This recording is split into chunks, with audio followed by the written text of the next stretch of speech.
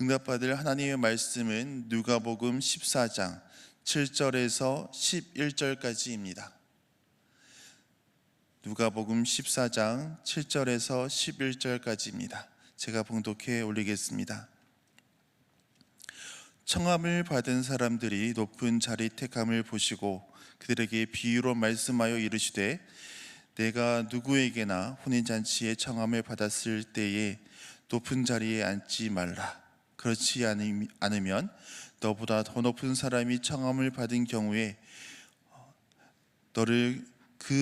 너와 그를 청한 자가 와서 너더러 이 사람에게 자리를 내어주라 하리니 그때에 네게 부끄러워 끝자리로 가게 되리라. 청함을 받았을 때에 차라리 가서 끝자리에 앉으라. 그러면 너를 청한 자가 와서 너더러 보시어 올라 앉으라 하리니 그때에야 함께 앉은 모든 사람 앞에서 영광이 있으리라. 무릇 자기를 높이는 자는 낮아지고 자기를 낮추는 자는 높아지리라. 아멘. 오늘 말씀 가지고 자기를 높이는 자와 자기를 낮추는 자, 이런 제목으로 좀 말씀을 드리려고 합니다. 하나님은 성경 말씀을 가지고 우리에게 말씀하시기도 하지만 자연 계시에 자연에 일어난 일들 통해서도 우리에게 말씀을 하고 계십니다. 1월 5일 조선일보에 김윤덕 기자가 만난 사람, 평사원에서 회장까지 셀러리맨시나 신문이 났는데요. 제가 흥미롭게 읽었습니다. 읽어서 좀 여러분에게 소개를 하려고 하는데, 권오갑이라고 하는, 지금 저 화면 나오지요? 이분인데요. 한 페이지 전체가 나왔어요. 이분에 대해서 흥미롭게 제가 읽었는데, 이분은 현대오일, 현대그룹에 들어갔는데, 그전에는 대기업이 있었는데 어느 대학 출신들 몇 명만 좌지우지하는 걸 보고 여기서는 아니다 싶어서 현대그룹의 정주영 회장님은 능력 있는 사람 쓴다는 얘기 듣고 그쪽으로 갔는데, 현대오일이 굉장히 어려운 중에 그걸 맡아라 해서 오일 업계 1위를 만들었다는 거죠. 그런데 2014년도에 현대중공업 사장 자리로 발령을 받고 가보니까 영업 손실이 5조 원, 회사 전체 규모가 7조 원의 회사였는데, 열심히 이제 회사 쓰러져 있는 회사를 일으켜 가지고 160조 원이 되는 HD 현대그룹으로 만들었다는 거죠. 그래서 평사원이었는데 이분을 회장 자리에 앉게 했는데, 이 HD 현대 명예회장 되어진 권오갑이라는 분이 해병대 장교 출신이라는데, 자기 회사, 자기 사무실 제일 조항에, 그리고 자기 집에 제일 조항에 해병대 옷하고 해병대 그 워카 신발이죠, 군화하고 딱 이렇게 잘 보이는데 비치를 해놨대요. 그러면서 딸이 얼마 전에 결혼했는데 축사하러 나와가지고, 나라 없는 서러움이 제일 큰 무서운 서러움이다. 너희들 정말 나라를, 민족을 사랑하는 마음으로 잘 살도록 해라. 이런 축사를 했다고 하는데요. 그분의 이 권오갑 씨의 그 우선순위가, 첫째 나라, 국가가 있어야 된다, 나라에 대해서. 둘째 회사가 있어야 내가 가족이 살 수 있다. 세 번째가 가정이었다고 합니다. 나라, 회사, 가정, 이런 철학으로 살았다는데요.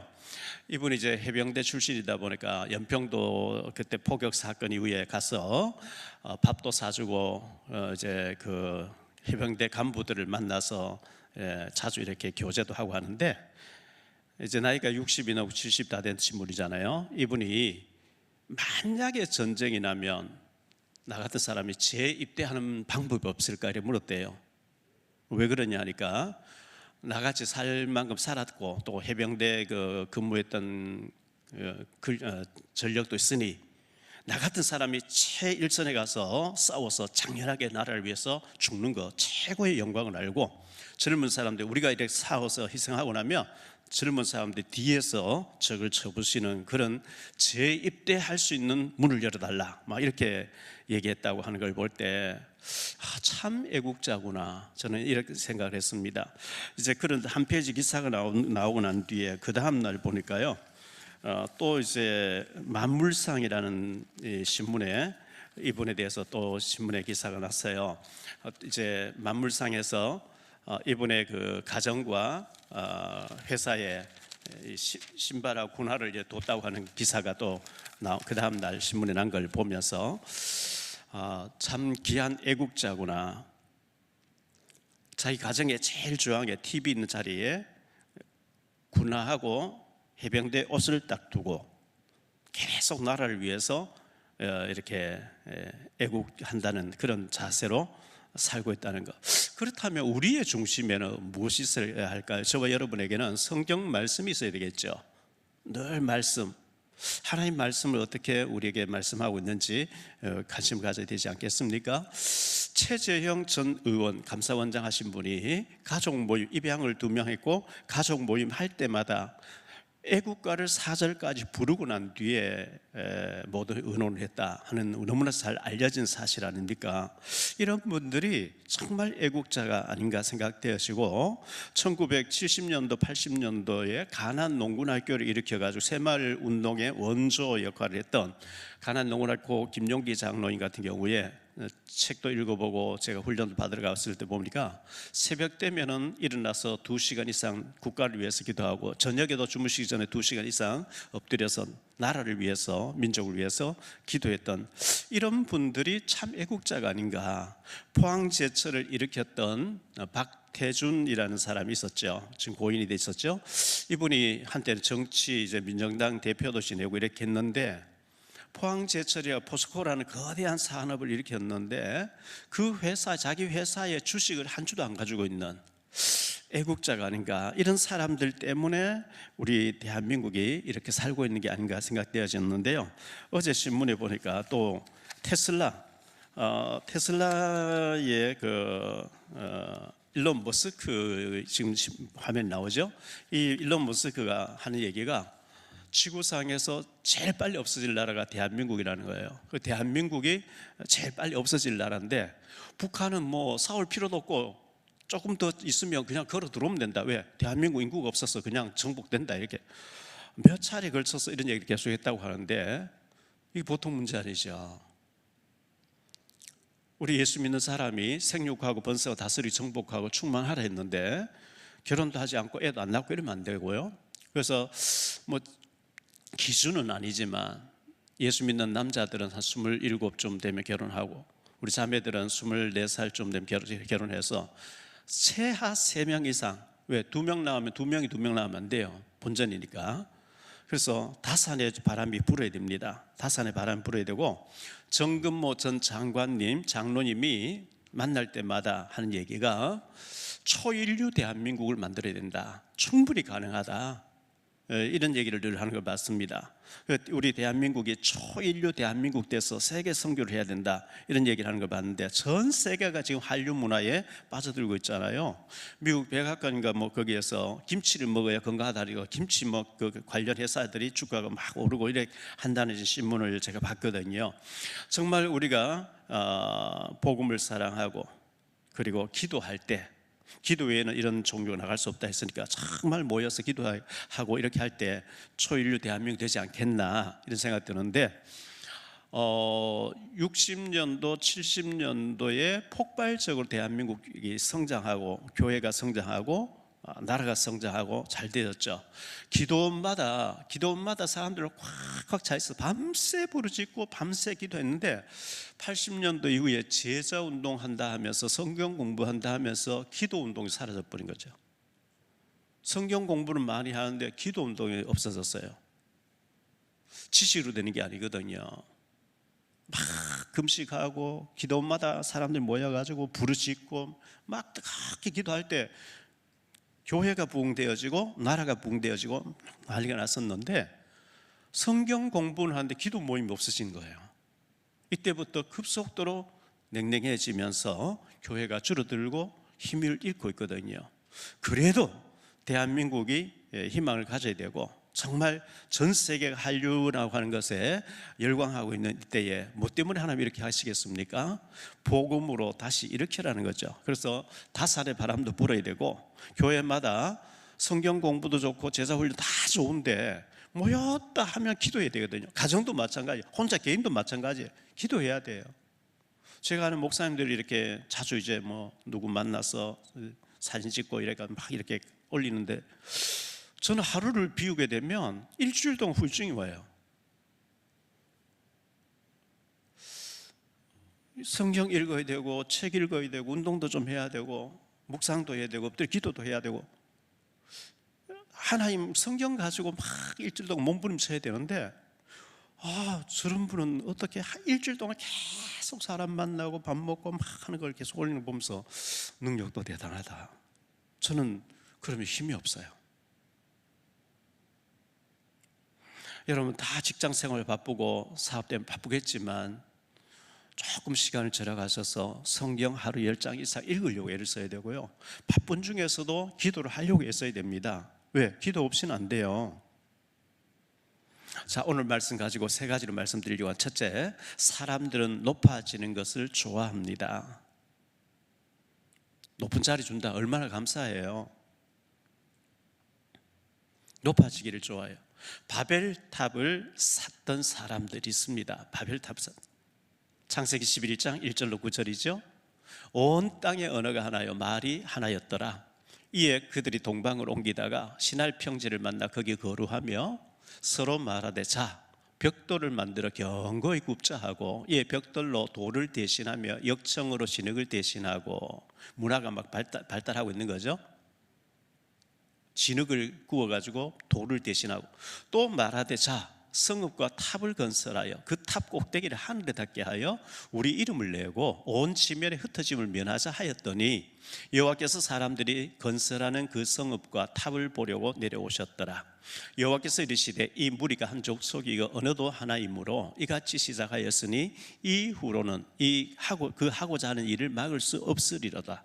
자, 우리가 내려가서 거기서 그들의 언어를 혼잡하게 하여 그들이 서로 알아듣지 못하게 하자 하고, 여호와께서 거기서 그들을 온 지면에 흩으셨으므로 그들이 그 도시를 건설하기를 그쳤더라. 그러므로 그 이름을 바벨이라 하니, 이는 여호와께서 거기서 온 땅의 언어를 혼잡하게 하셨습니다. 여호와께서 거기서 그들을 온 지면에 흩으셨더라. 이렇게 말씀하고 있어요.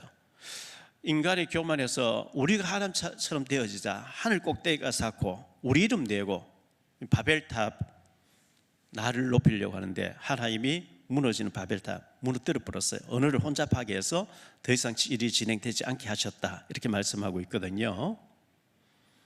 이 자꾸 바벨탑, 나의 바벨탑을 쌓으려고 하는 게 인간에게 타락된 본성이에요. 그 다음 생각할 말씀은, 하나님께서 축복하시면 높은 자리를 주십니다. 하나님 축복해 주셔서 주어지면 해야지요. 신명기 28장 13절에 보니까요, 여호와께서 너를 머리가 되고 꼬리가 되지 않게 하시며 위에만 있고 아래에 있지 않게 하시리니, 오직 너는 내가 오늘 네게 명령하는 내 하나님 여호와의 명령을 듣고 지켜 행하라, 이렇게 말씀하고 있어요. 우리가 하나님 명령을 잘 따르고 순종하면 하나님이 위에 있게 하시고 머리가 되게 하시고 아래에 있지 않게 하시겠다, 이렇게 말씀하고 있죠. 신명기 28장에 보면 하나님 말씀을 잘 순종하며 머리가 되고 꼬리 되지 않게 하시고 위에만 있고 아래에 있지 않게 하시고 구워줄지언정 꿇어가지 않게 하시고 성읍에서도 복을 받고 들에서도 복을 받고 높은 자리 하나님 주시겠다고 말씀하고 있어요. 하나님이 주시겠다, 축복으로 주시겠다, 그럼 받아야죠. 근데 하나님 축복 안 하시는데 내가 억지로 인본주의 써서 올라가겠다, 굉장히 위험한 거죠. 운동선수가 먹고 싶은 거 먹지 않고 체중이 불어나니까요, 자고 싶은 거 자지 않고 열심히 운동해서 금메달을 땄다, 올림픽 가서 금메달 땄다. 그래서 금메달 자리에 제일 높은 자리에 올라가서 금메달을 목에 걸고 승리의 월계관을 쓰고 애국가가 울려 퍼질 때, 그 동안에 수고했던 그 땀의 효과, 그 눈물을 먹으면서 기뻐하는 것을 우리는 잘 보고 있습니다. 그렇게 높은 자리에 올라가는 얼마나 신선하고 또 축복이고 보기가 좋습니까? 그러나 전혀 그렇지 못하면서 사기꾼이 되어가지고 가짜로 재벌 행세를 하고 사기치는 인간들도 나쁜 사람들도 많이 있습니다. 제가 그 14살 때 둘째 형님이 대구에서 양복점을 하고 계셨는데, 그때는 뭐 비포장 도로에 그 뭐 화장실도 푸세식으로 푸고 하던 그 아주 그런 뭐 도시지만 아주 그 미개한 그런 동네에서 제가 있을 때인데요. 그때는 TV도 몇 집 없고요. 형님이 그 양복 일을 하면서 늘 라디오를 틀어놓고 라디오에서 나온 연속극 드라마 이런 걸 많이 들은, 저는 옆에서 이제 바느질하고 도우면서 들었던 그때 드라마가 있었어요. 가짜 이강석 사건이라고 하는 게 그 당시 실제 라디오에 오래 연재됐거든요. 여러분 네이버에 가짜 이강석 사건 치면 쫙 나올 거예요.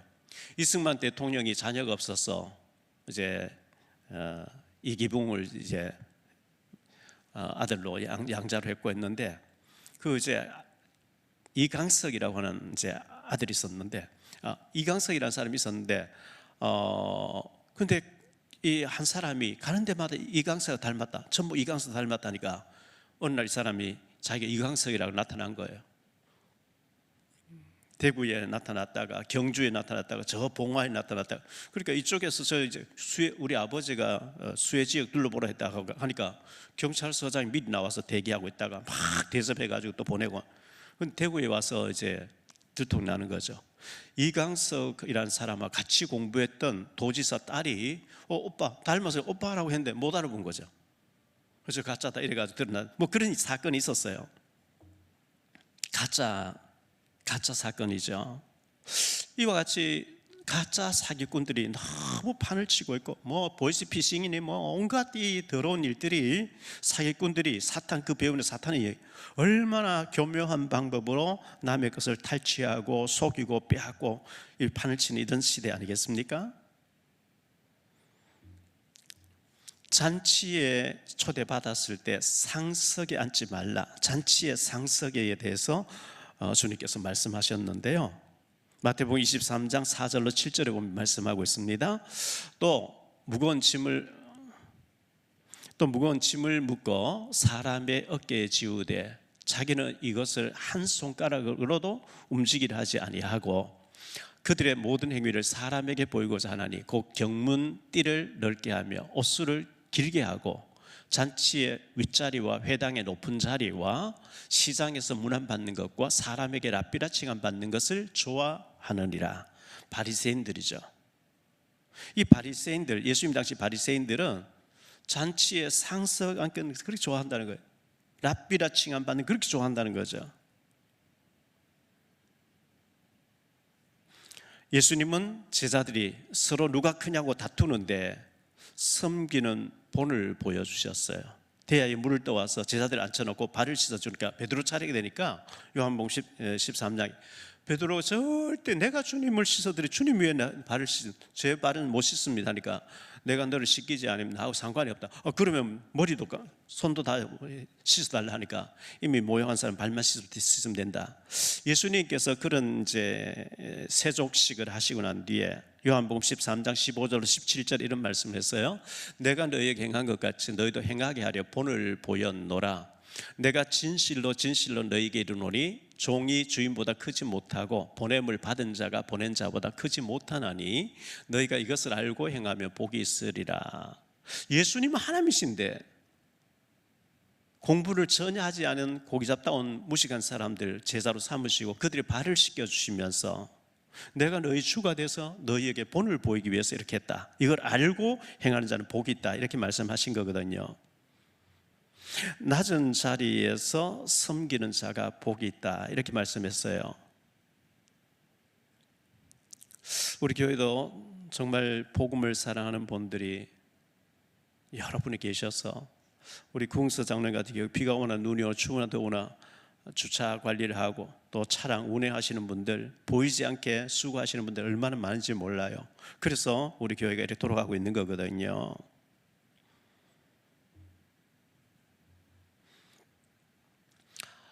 우리가 지금 뭐 라면을 먹고 이렇게 간편식을 점심 때 먹고 있는데 식사를 전에 할 때 보면 우리 주방에서 식기를 청소하시는 세척하시는 장로님들 앞치마를 두르고 헌신하시는 모습 볼 때 참 아름다웠습니다. 섬기는 자세. 제가 신학교 다닐 때 서초동 사랑의 교회 옥하는 목사님의 설교 들었던 적이 있는데요. 요즘은 그 치안 총감이란 이런 얘기 안 하죠. 경찰청장 뭐 이런 얘기를 하는데, 그때 당시에는 치안 본부장 뭐 이런 얘기를 했어요. 그 사랑의 교회에 치안 책임 총수가 교회를 왔다는 거예요. 그 뭐 이렇게 장로 직분을 맡으라 하니까 안 맡겠다고, 나 얼마나 바쁜, 경찰 전체를 움직여야 되면 너무 바쁘기 때문에 교회만 왔다 갔다 하겠다, 은퇴하고 난 뒤에 맡겠다. 그래서 바쁠 때 하나님 일해야지, 세상 일 다 그만두고 할 일 없을 때 그때는 교회 일도 할 필요 없다고 이제 목사님이 권면했대요. 그러니까 이분이 이제 장로직을 수락하고, 그 치안 본부장인데 교회 일찍 나와서 구석구석 화장실 밀대를 가지고 이렇게 한다는 거예요. 그분 나가면 전부 뭐 경찰이 비상 걸려서 쫙 길을 열어주는 그런 사람인데, 교회에 와서는 가장 구석진 곳에 밀대를 가지고 청소하는 모습을 옥하는 목사님이 얘기한 적을 들은 적이 있습니다. 세상에서 너무 잘 나가는데 교회에 와서는 그 낮은 자세에서 헌신하는 거, 하나님 그거 얼마나 귀하게 보시겠어요. 두 번째로 생각할 말씀은 잔치의 청함을 받았을 때입니다. 잔치의 청함을 받았을 때, 우리 예수님 말씀은 높은 자리를 택하는 사람들을 보셨어요. 높은 자리를 좋아하는 사람들 봤어요. 7절로 9절입니다.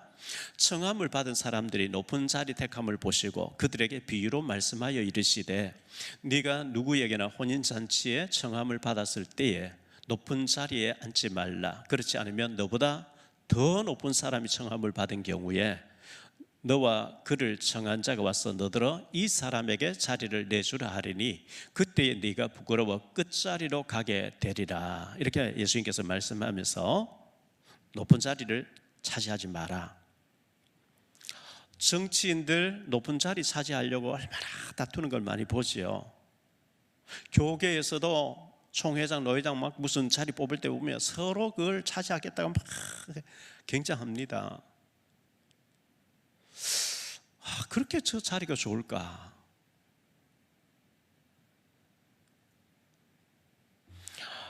저는 참 그 노회장, 총회장, 어떤 임원 뭐 이런 자리에 관심이 없어서 너무 감사한데, 지금 뭐 민족 복음화 8천만 2027년도 인천 본부장을 맡으라 해서 맡았는데요.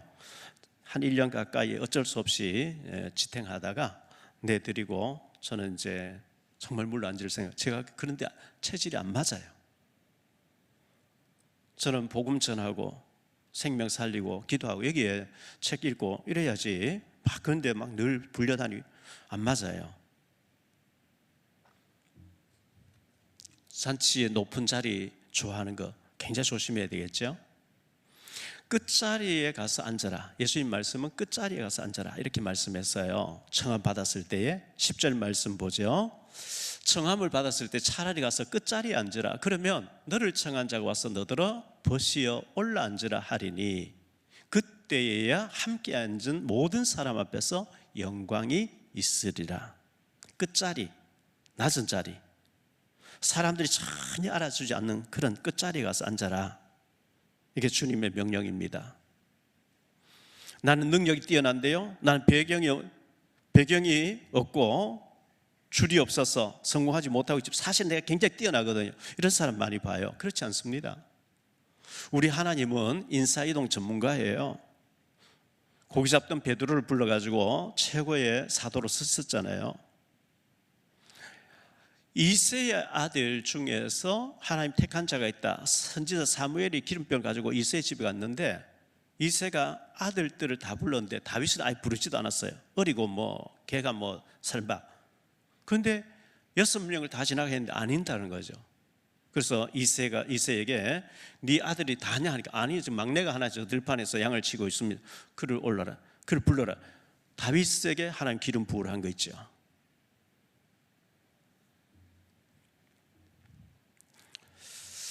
요셉이가 감옥에서 종신형을 받고 있었는데 하나님께서는 바로왕의 꿈을 꾸게 해서 꿈 해석을 통해서 인사이동시켜서 총리 대신이 되도록 해서 애굽을 총괄하도록 만들잖아요.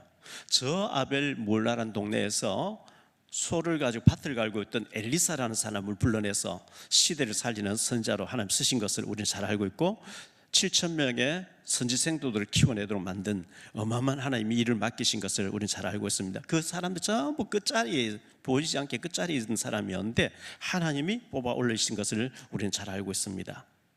끝자리에 앉아라. 그리고 높이는 자는, 자기를 높이는 자는 낮아지고 자기를 낮추는 자는 높아지게 된다고 주님 말씀하셨어요. 11절 말씀 보겠습니다. 무릇 자기를 높이는 자는 낮아지고 자기를 낮추는 자는 높아지리라. 예수님의 말씀 이렇게 하셨고요. 마태복음 23장 12절에 보니까 누구든지 자기를 높이는 자는 낮아지고 누구든지 자기를 낮추는 자는 높아지리라. 누가복음 18장 9절로 14절에 보면 바리새인과 세리의 기도가 나오죠. 또 자기를 의롭다 믿고 다른 사람을 멸시하는 자들에게 이 비유로 말씀하실 때 두 사람이 기도하러 성전에 올라가니 하나는 바리새인이 하나는 세리라. 바리새인은 서서 따로 기도하여 이르되 하나님이여 나는 다른 사람들 곧 토색, 불의, 간음을 하는 자들과 같지 아니하고 이 세리와도 같지 아니함을 감사하나이다. 나는 일에 2번씩 금식하고 또 소득의 11조를 드리나이다 하고, 세리는 멀리 서서 감히 눈을 들어 하늘을 쳐다보지도 못하고 다만 가슴을 치며 이르되 하나님이여 불쌍히 여기소서 나는 죄인으로서 하였느니라. 내가 너희에게 이르노니 이에 저 바리새인이 아니고 이 사람이 의롭다 하심을 받고 그의 집으로 내려갔느니라. 무릇 자기를 높이는 자는 낮아지고 자기를 낮추는 자는 높아지리라 하시니라. 이 바리새인과 세리는 인간적인 기준으로 봐도 극과 극일 정도로 이 세리는 창기 취급을 받는 죄인의 대명사였지만 하나님 앞에서는 그가 인정받고 바리새인은 인정받지 못했다고 성경을 말씀하고 있습니다. 누가복음 18장 14절에 말씀하고 있죠. 내가 너희에게 이르노니 이에 저 바리새인이 아니고 이 사람이 의롭다 하심 받고 내려갑니다. 이 바리새인은 자기 의를 막 자랑하죠. 내가 일주일에 2번씩 금식기도 하고요, 11조를 드리고요, 난 저 세리와도 같지 않고요. 자기 자랑으로 가득했습니다. 우리는 존귀 영광 모든 권세 주님 홀로 받으소서. 멸시천대 십자가는 제가 지고 가오리다. 이름 없이 빛도 없이 감사하며 섬기리다. 이름 없이 빛도 없이 감사하며 섬기리다. 모든 영광은 오직 하나님께 돌리게 되기를 바랍니다. 세 번째로 생각할 말씀은요, 성경 전체의 가르치는 진리가 어떤 것일까요? 성경 전체의 가르치는 진리. 첫째, 죽으면 많은 열매를 맺게 된다, 이렇게 말씀하고 있어요. 요한복음 12장 24절이죠. 내가 진실로 진실로 너희에게 이르노니 한 알의 밀이 땅에 떨어져 죽지 아니하면 한 알 그대로 있고 죽으면 많은 열매를 맺느니라. 고린도전서 15장 36절에 어리석은 자여 네가 뿌리는 씨가 죽지 않으면 살아나지 못하겠고, 이렇게 말씀하고 있어요. 갈라디아서 2장 20절에 내가 그리스도와 함께 십자가에 못 박혔나니 그런즉 이제는 내가 사는 것이 아니요 오직 내 안에 그리스도께서 사시는 것이라. 이제 내가 육체 가운데 사는 것은 나를 사랑하사 나를 위하여 자기 자신을 버리신 하나님의 아들을 믿는 믿음 안에서 사는 것이라. 참 이렇게 되어져야 되는데, 제가 자주 부르는 복음성가처럼 예수님처럼 바울처럼 그렇게 살 순 없을까? 남을 위하여 당신들의 온몸을 온전히 버리셨던 것처럼 주의 사랑은 베푸는 사랑, 값없이 거저주는 사랑. 그러나 나는 주는 것보다 받는 것 더욱 좋아하니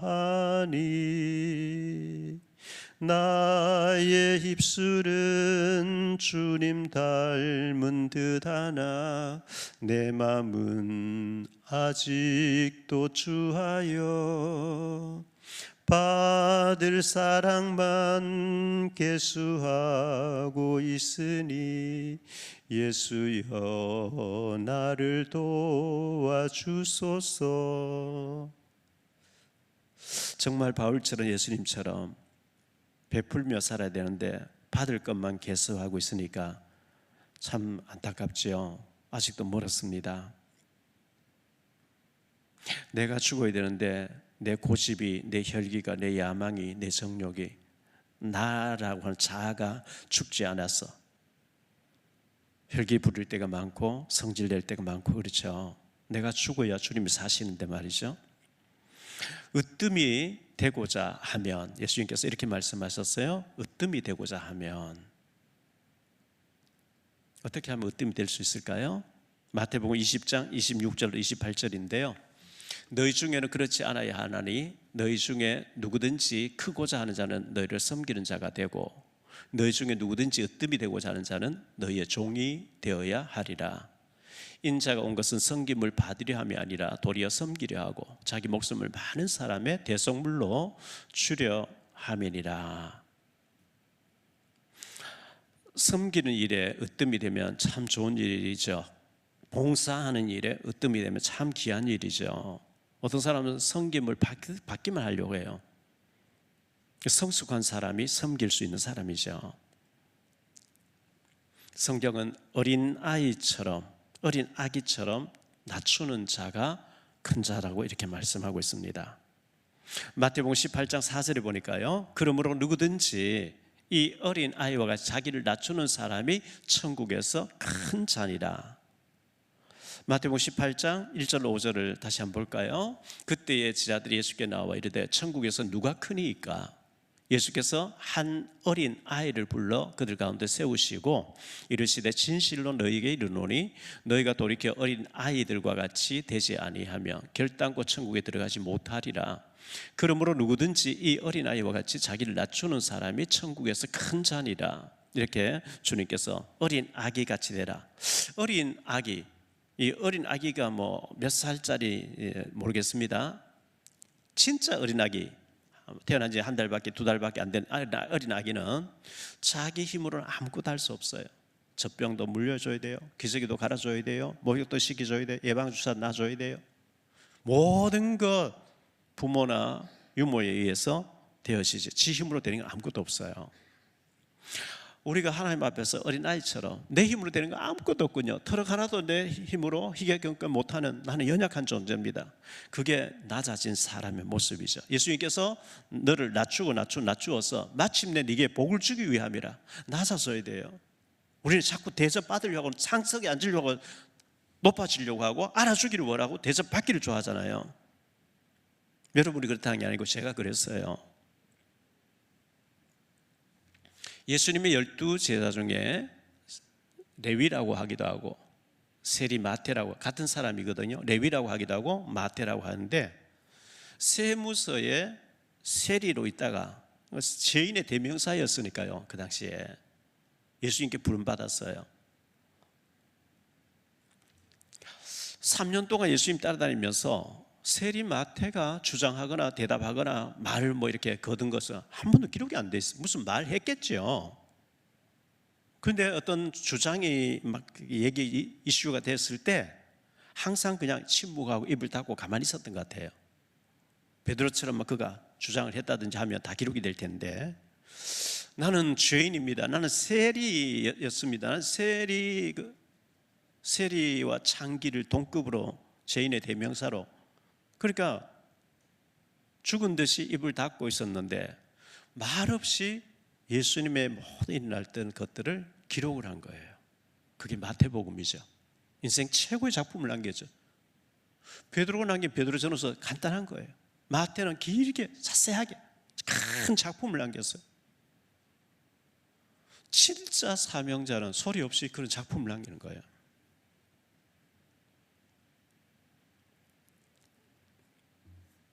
야곱이 사랑했던 사람이 라헬이었죠. 근데 그 외삼촌 장인 되는 사람이 레아를 줬어요. 이거는 그의 라반의 머리에서 나온 인본주의죠.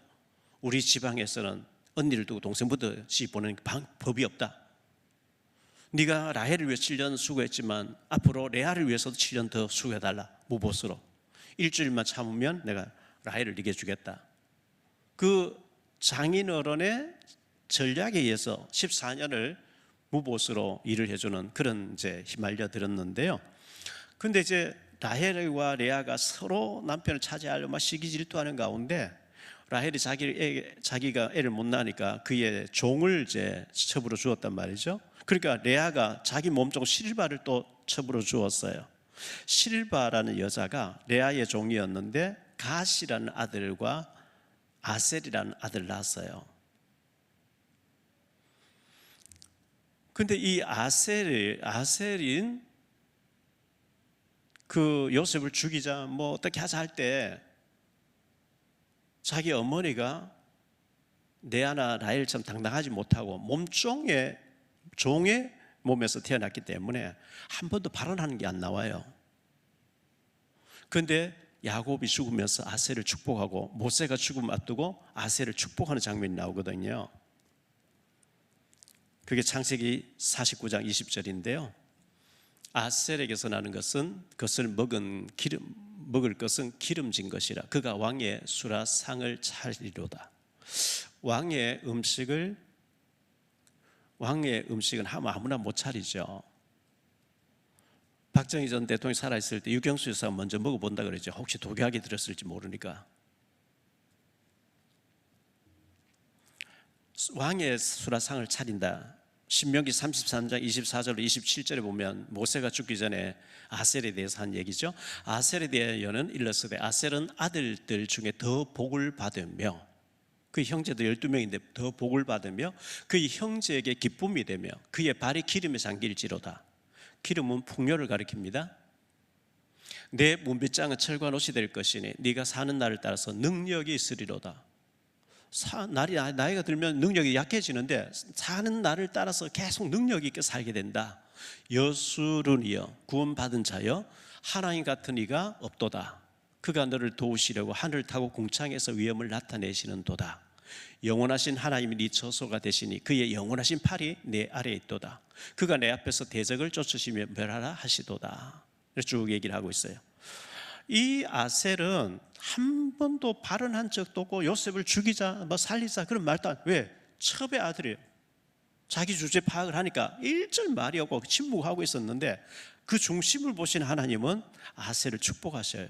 사는 날을 따라서 능력 있고 형제들보다 너 더 존귀하게 네가 복을 받고 막 축복을 얘기하는 거죠. 하나님은 우리의 중심을 보시기 때문에 그렇습니다. 말씀을 결론 맺겠습니다. 결론의 첫째, 자기를 높이는 자가 있습니다. 교회에서도 구역에서도 남전대 여전대 기관에서도 가는 데마다 내가 대단한 사람인데 왜 나를 인정해 주지 않냐, 나를 왜 알아주지 않냐, 나를 왜 기관장 세워주지 않냐고 막 자기를 높이려고 막 몸부림치고 로비를 막 해서 자기를 막 높은 자리에 앉혀달라고 이런 사람이 있어요. 요셉은 낮은 자리에 있었는데 하나님이 때가 되니 그를 높여주셨어요. 스스로 높아지려고 로비하고 선동하고 운동하고 보기가 참 안 좋아요. 우리 가운데는 그런 사람 없지만요. 갈산동 상가교회에 있을 때 저 부천에서 어떤 중직자가 왔어요. 안수 집사님이었는데 오자마자 뭘 잔뜩 이제 뭐 뽑아가지고 왔어요. 나를 재정 담당자 시켜주면 좋겠다. 교회 20억을 만들어서 대한민국에서 최고 좋은 교회를 만들어주겠다고. 오자마자 그렇게 찾아와서 얘기하는 거예요. 그래서 20억은 고사하고 1,000만 원도 없으니까. 근데 계속 뭐 만들어와서 계속 이렇게 그럼 10억만 만들어 달라고 아니면 6억을 만들어. 그때 이제 그 뒤에 공장을 사서 지으려고 하니까 1억 작정, 그러고 갚버린 거예요. 어떤 분이 우리 교회 와서 나를 뭐 이것이 재정 담당시켜주고 이거 시켜주고 오자마자 그렇게 자꾸 얘기해요. 그리고 잘 삐져요. 불러서 자꾸 얘기해. 심심하면 그만두고 간다는. 알겠다고. 잡아놔도 또 그렇게 할 거.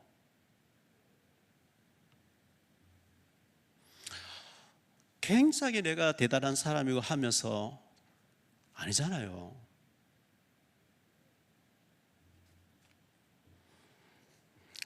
두 번째로 낮은 자리에 있어야 됩니다. 나를 낮추는 자, 겸손한 자, 소리 없이 헌신한 자. 결국은 하나님 다 보시고 계시거든요. 세 번째, 나를 낮추면 하나님이 높여주십니다. 엘리야를 사르밧 과부지 보내 3년 6개월 동안 굶주리지 않게 하나님 만드셨고요. 구레네 사람 시몬이 예수님 십자가를 대신 지고 올라갔는데 그 아들이 바울과 더불어 로마 복음하고 있는 것을 성경은 보여주고 있죠. 마태복음 11장 29절에 보면 나는 마음이 온유하고 겸손하니 나의 명예를 보고 내게 배우라. 예수님께서 그렇게 말씀하셨어요. 겸손한 자를 하나님이 쓰셔요.